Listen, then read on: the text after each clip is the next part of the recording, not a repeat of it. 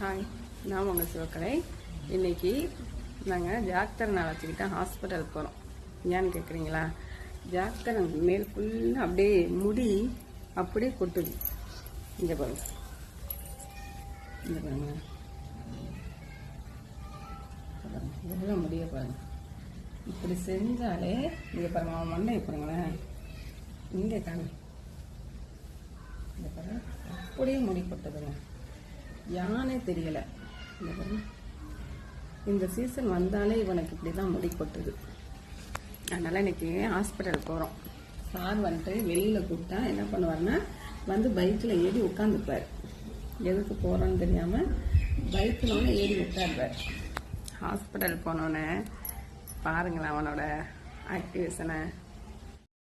ஜாக்க ஆஸ்பத்திரிக்கு போமா? பைக்கில் போமாடி. பாருங்க, சார் கிளம்பிட்டார்.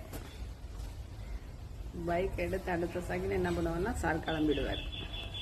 போமாத்தங்க, இருங்க அம்மா போய் ஃபோனெல்லாம் எடுத்துக்கிட்டு வரேன். ஃபோனெல்லாம் எடுத்துக்கிட்டு வரேன். போமா? எங்கே போகிறோம் தங்கப்பா? ஜாக்கப்பா, என்னைய பாருங்க, இங்கே அம்மா பாரு. அவ்வளோதாங்க, அவன் கிளம்புறதுக்கு ரெடி ஆகிட்டான். இது மூடலாம் அவனை இழுத்துக்கிட்டு போயிடுவோம். வா, ஏறு, ஏறுங்க, உக்காருங்க, உக்காரு.